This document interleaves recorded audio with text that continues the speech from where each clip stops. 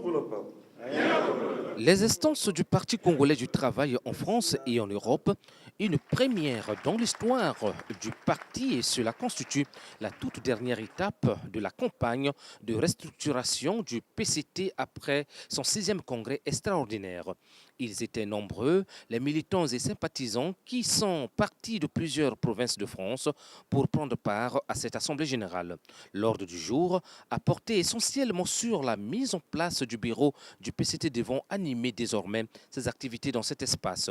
La France et l'Europe que les nouveaux dirigeants doivent à tout prix conquérir pour que le parti garde son leadership dans le microcosme politique congolais, a déclaré le secrétaire général du PCT, Pierre Ngolo. Dans cette bataille, vous les militants de France et d'Europe serez en première ligne partout en raison de la dimension stratégique de l'Europe comme centre majeur d'émission des opinions politiques, d'impulsion des stratégies de conquête de pouvoir et de lobbying politique.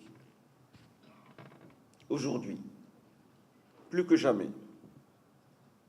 il vous faut créer, chers camarades, le maillage le plus dense possible pour aller partout en France et en Europe, dans chaque lieu stratégique, expliquer, convaincre, répondre, argument contre argument, sans aucun répit.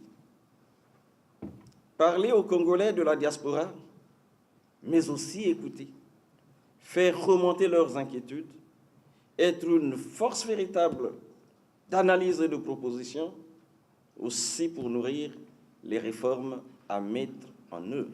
On rappelle, c'est dans la salle de conférence de l'hôtel Marriott Saint-Jacques que le président Denis Sassou Nguesso prononça son discours de fin d'exil en France.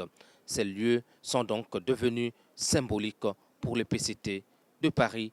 Noël Marusesaka, Radio Congo.